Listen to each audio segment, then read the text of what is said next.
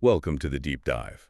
Today we are really digging into a set of sources focused on Britain's defense, its place in the world, and, frankly, some pretty troubling global issues. Yeah, the main source is transcripts from a recent YouTube video.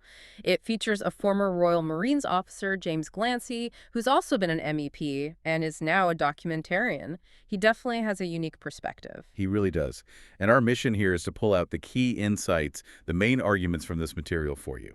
So let's get into it. Well, his background really shapes his views, doesn't it? Military, politics, documentaries. It's quite a mix. Absolutely. And the source details his early path. Apparently quite hyperactive. Dreamed of array, acting or the military. Right, and he got an Army scholarship for Sandhurst pretty young. But then something shifted his focus. He learned about the 1997 Strategic Defense Review, the SDR. Ah, yes, the SDR under Lord Robertson. He describes it very positively, called it one of the best, particularly mentioning the funding boost for the Royal Navy and Marines. And that seems key. He saw that investment, the new amphibious ships, the resources for a 3-commando brigade. Which is the UK's main rapid reaction force. Right, and that prompted him to go for a Royal Marines scholarship instead, which he got. But he didn't go straight in, took advice, went to university first, Oxford Modern History. All sponsored by the Marines through a cadetship. He talks about being incredibly focused, like a professional sports person, was the quote. Yeah, apparently got the nickname Marine James at uni. Tells you something. It does. And then a huge moment, a real turning point, he describes, happened during his actual commando training, September 2001. 9/11. Exactly. He says that just instantly changed everything for the military. The focus snapped from state versus state conflict. To the global war on terror, that phrase we heard so much. He apparently wanted to ditch uni right then and join up. But followed advice again, finished his degree, which meant pretty much straight after training, age 21. He's deployed to Afghanistan, commanding 30 Royal Marines. Operation Herrick 4, that was 2006. It's quite something. Less than 10 years after that 97 SDR he mentioned. He's been through the whole system, education, training, and now war. He did 3 tours in Afghanistan overall, served a decade as a regular officer, then reserves. So a lot of frontline experience informing his views. Definitely. Which brings us to how he sees the British military now and Britain's role globally. And his take on Afghanistan is, well, blunt. Failed intervention. That's the term he uses. He talks about arriving in Kabul in '06 and just confusion, lack of clarity about the mission. Yeah, was it rooting out terrorism? Was it nation building? He even uses this controversial phrase about creating peace by essentially bombing the population into submission. He just didn't buy the idea of making Afghanistan a more westernized nation. Said it was never going to happen. And we know how that story ended. Taliban back in charge in 2021 and ironically better armed, partly with abandoned U.S. gear. The source's main point here seems to be that while Britain was tied up in these counter-terror wars, Iraq, Afghanistan, Somalia, Yemen. The Mareb region, yeah. The bigger strategic picture shifted back. Right. Back to state-on-state competition, Russia, China. He argues Britain took our eye off the ball. Didn't pay enough attention to their economic growth, military buildup, AI development, shipbuilding, China's Belt and Road Initiative. And the result, in his assessment, Britain is much weaker on the world stage now than back in, say, 1997 or 2001. He paints a really stark picture of the military today in what he calls real terms. He contrasts it with earlier capabilities, like in 2006, sending HMS Ocean, the big assault ship, to Sierra Leone. That was gunboat diplomacy, he calls it, showing Britain's reach that the Marines are offshore, ready to act. But now, he uses the term completely decimated for the fleet, says frigates, destroyers, submarines, low numbers, high maintenance, so low availability. We have the big carriers, the new jets, sure. But he argues there's been underinvestment in the maybe less glamorous but essential stuff. More ships, long-range missiles, artillery. The basics, yeah. And manpower's another big one for him. Down from, what, over 120,000 in 97? To around 70,000 now, he claims. And this is where he makes that really controversial comparison. Ah, yes. Between the 70,000 in the armed forces and the number on the Home Office terror watch list. Which he states is around 38,000 to 44,000, mostly Islamist extremists. And he frames it very starkly, using his words, saying, these are people who hate this country. And again, we have to stress, this is his argument, his comparison directly from the source material we're analyzing. Absolutely. So why the decline in defense spending, according to him? He puts it down to a conscious decision by conservative governments post-2010, austerity after the financial crash. And a political calculation, too, the idea that there are no votes in defense. Yeah, and he sees it as a broader shift towards what he terms a socialist new labor model. High spending, high borrowing, but not on the military. He also claims the concept of gray zone conflict warfare below that direct state-on-state level was sort of used to justify the cuts. Calling them deliberately bad predictions about the future, he clearly feels the threat was downplayed. And this decline, he argues, directly weakens Britain's influence. He points to Hong Kong. Right. Saying Britain couldn't effectively challenge China reneging on the handover agreement because, quote, we couldn't really argue it because they had such a huge military. So why should Britain invest more, in his view? What's his argument for a stronger military?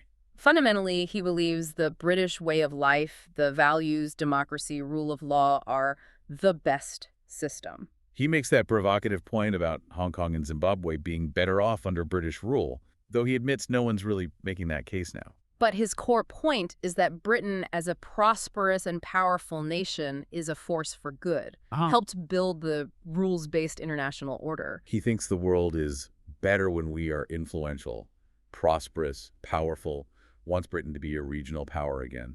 Europe, Africa, Middle East. And this ties into his critique of the UK establishment. He feels the governing class, the civil service, aren't asking what is good for Britain anymore. Instead, they're driven by ideology. Is that his claim? That's his argument. He links it to outsourcing policy, foreign policy to the U.S., the special relationship, and economic or social policy to the EU and international bodies. And he questions Britain's involvement in recent wars, suggesting they were primarily America's conflicts, not necessarily Britain's, though he does acknowledge NATO obligations. Yeah, and notes other NATO allies perhaps didn't pull their weight as much in Afghanistan. So his conclusion on this section is quite stark. Britain's in a serious period of decline, and he believes certain policies, net zero, regulation, borrowing, high immigration, have deliberately sped this up. And he sees the upcoming election as absolutely crucial, a crossroads. It's a very strong critique, rooted in a sense of lost sovereignty and decline. Definitely. And he uses the Chagos Archipelago situation as a kind of case study for this. Right, the chaos deal. He frames this as the courts, the elites, working against Britain's interest, the government not putting Britain first. He points to Starmer, the international community, seeming to back the international court ruling that chaos should go back to Mauritius. Now, he does acknowledge it's complicated. Mauritius has a historical claim from colonial times, but the islands were separated in 1965. And his argument is that Mauritius was compensated, paid to renounce claims back then, and it was, in his view, legally justified, though, of course, international legal views on this are contested. But he argues Mauritius then used international courts, the ICJ, with backing from countries like China and Russia, and what he calls the activist United Nations, to push their claim. And this is where he uses that phrase about the rules-based international order being weaponized against us by our enemies, using the system against its creators, essentially. He really focuses on Philippe Sands, the lawyer from Mauritius. Uses very strong language. Extremely strong. Calls him a fifth columnist, motivated by decolonization ideology, completely woke, claims he hates Britain and acts against the national interest. Points to Sands' book, his reactions. It's a very direct personal accusation presented in the source. It is. Now, the source does acknowledge the historical wrong done to the Chagos Islanders themselves. Forcibly removed in '65 under Harold Wilson. Horrible conditions, he says. And reparations paid, multiple times. Right. But the source argues Sands deliberately conflated getting justice for the Chagosians with the separate issue of sovereignty, pushing for them to be part of Mauritius, not independent.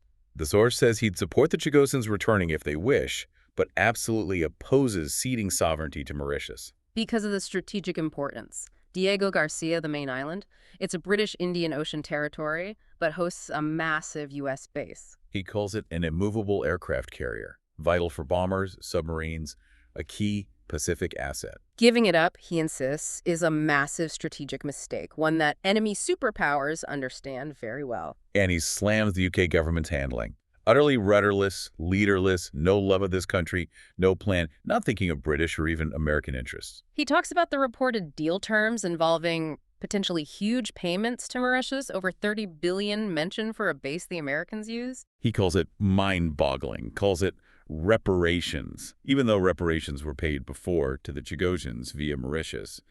which he claims didn't all get passed on. Yeah, he labels the whole thing a national scandal, compares it to the Suez Crisis in terms of embarrassment, and demands transparency, release the details, name the negotiators.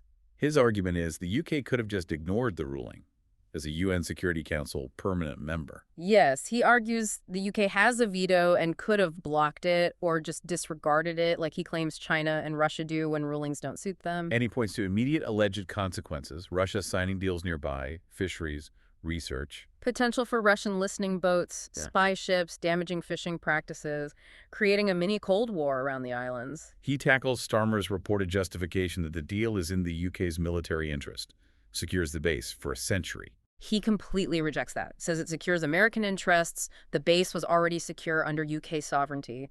He accuses Starmer of not acting in the national interest, calling him a socialist, radical activist, someone who doesn't love this country and signs bad deals. Again, very strong language from the source. So looking ahead, what does he suggest might happen? Maybe if there's a change in government later. He floats the idea of the right in 2029 or 2030 taking it back, meaning sovereignty, but admits that'd be tricky internationally. More realistically. Maybe just tear up the financial part, refuse to pay the billions, force a renegotiation, push Russia back, get the U.S. more involved, maybe even to pay, since it's largely their base. His core argument being Mauritius can't protect it and will let Russia and China in. Exactly. It all comes back to his definition of British national interests. Power and prosperity, being a regional player. Okay, so the Chagos deal is one major example for him. Another issue he feels strongly about and says is often ignored or denied is farm murders in South Africa. Yes, he calls it a huge story, especially for conservatives, but claims the woke progressive side ignores it. He mentions that incident where Trump apparently showed President Ramaphosa a video at the White House, bringing some attention, though he critiques Trump's handling later. A key focus for him is the song Kill the Boer, Kill the Farmer, chanted by the EFF party under Julius Malema, which he describes as a radical Marxist group. He sees the song as pure racial incitement, hatred. And he notes the legal back and forth ruled hate speech, then overturned years later, which for him shows the state doesn't take it seriously. He does acknowledge South Africa has a terribly high murder rate overall, affecting everyone. But he presents figures arguing white farmers are disproportionately targeted, cites a national rate of about 42 per 100,000 versus a white farmer rate allegedly around 196 per 100,000. 5 times higher, he claims. But, and this is important, he explicitly says calling it a genocide is wrong. Yes, he refutes that claim. Says black and white people are killed on farms. The overall murder rate is horrific for everyone. It's not genocide.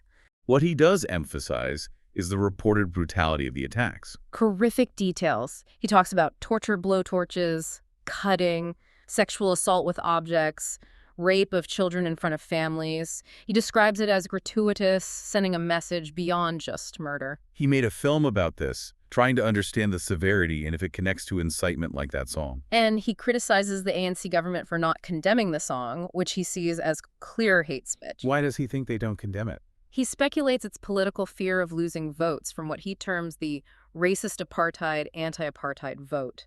Though he admits he finds their stance puzzling given the damage to South Africa's reputation. He touches on the land issue complexity.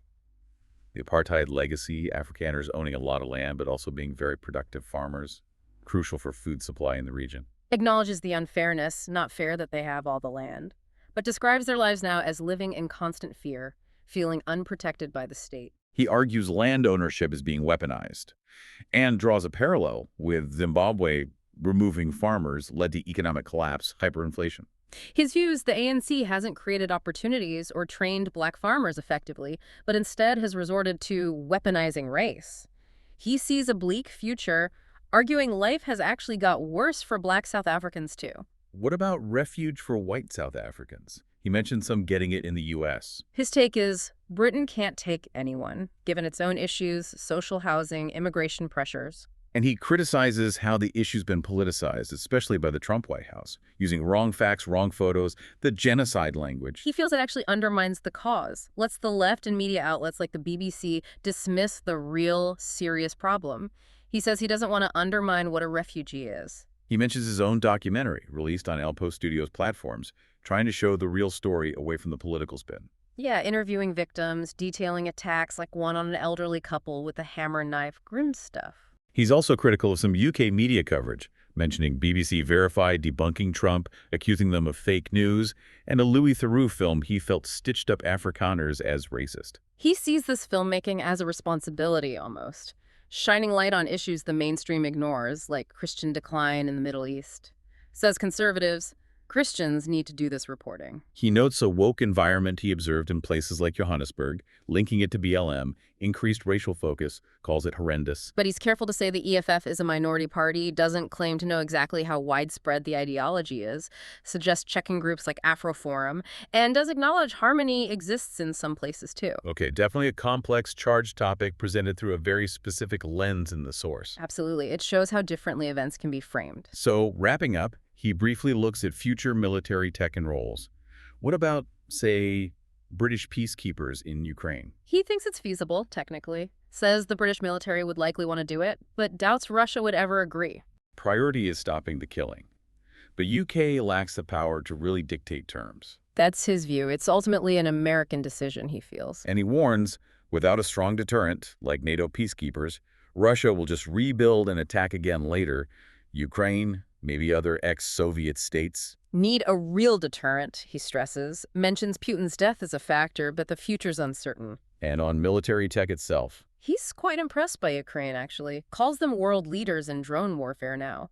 Because the war forced rapid innovation, bypassing the usual slow defense contractor bureaucracy. Contrast that with the UK system, which he sees as bad at letting new tech, AI, emerge quickly. Yeah, he thinks we need to break the mold of just relying on huge contractors, support smaller firms, entrepreneurs. Like the WWIISOE weirdo inventors, as he puts it. Exactly. Cites U.S. examples, Palmer Luckey, Palantir for intelligence analysis.